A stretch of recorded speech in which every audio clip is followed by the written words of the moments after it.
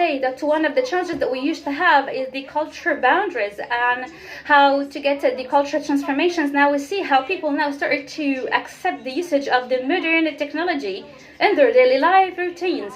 And as the examples that being stated on the level of the financial inclusion and using the smart devices and technologies in that domain.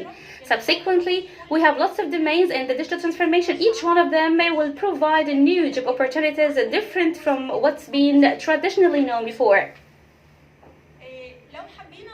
If we would like to also check the impact of the smart technology on the labor market, we would divide this into three different impacts. The impact of this on the labor markets and also the required skills. The impact on the adequacy of the environment and also the impact on the social protection for workers. We have pros and cons, as Dr. Ibrahim stated at the beginning of the session. From a positive perspective, it's about providing new job opportunities in fields related to the AI and the robots. But actually, the negative perspective, which is the continuity of the current situation for the nature of job opportunities in the market or the unemployment levels, which has emerged from the new technology implications. So, thinking about this, the answer will be that the level of impacts will be different from one country to another, and this includes, number one, the accelerated spread of these impacts throughout the whole communities and throughout different sectors. For example, would this be in the sector of communications only, or maybe some other sectors like fishing, industrial, or agricultural sectors? Also, the expenses, how would it cost for the scientific researchers? All of the implications for the AI, we still have such applications somehow high. So whenever we get it decreased a bit, so we would have a better accessibility and better job opportunity to what's being available in the market. How also can we adapt the technology? Now, how can we transfer the technological methods from outside to inside, and also moving this and transferring it to the developing part? How it's adapted and applied to which level inside the sector? So we have three different levels of facilities, whether from the private sector or the public sector.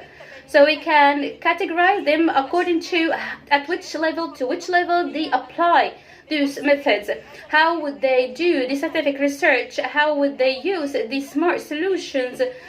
And how would they put the thresholds for technology? How would they make it accessibility to such technological revolution? And we have some other affiliated companies who would get such innovative ideas, and then they can to work on it, amend it, and then apply it inside their sectors and the related sectors. Maybe some other companies that we can just call them that they are latecomers, who would come by the end of the day use those technological methods when the other modernized ones will be made available. So they will be always backstage and just have the middle level technological, not like the advanced technological usages. The last element for the impact level would be about how the communities accept to have the usage of machines to substitute human being and to substitute this in different work domains.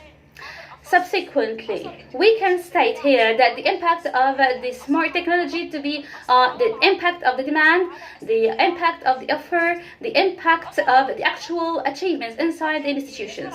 So the impact on them, we may find some decrease, especially on the RT, the handicrafts, and especially the routine job opportunities.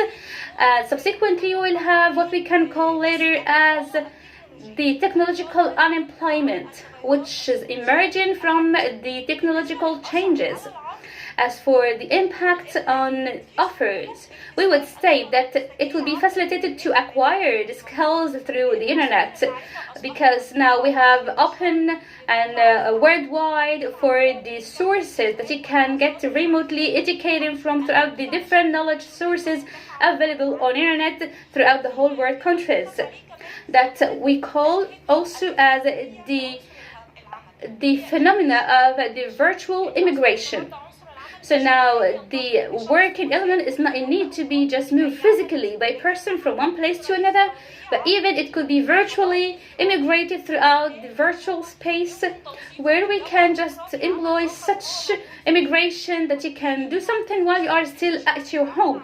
And this also will leave or create new job opportunities by the remote working space with new inventions.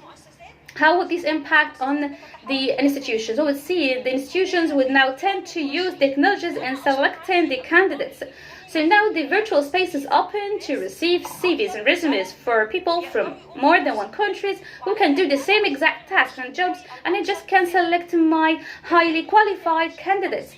Meanwhile, students can just distribute their responsibilities throughout different geographical locations, so not just one person to do a certain mission, but it could be even distributed to be conducted by different people and have teamwork with different multi-geographical individuals. What is the international criteria for the impacts that would state that the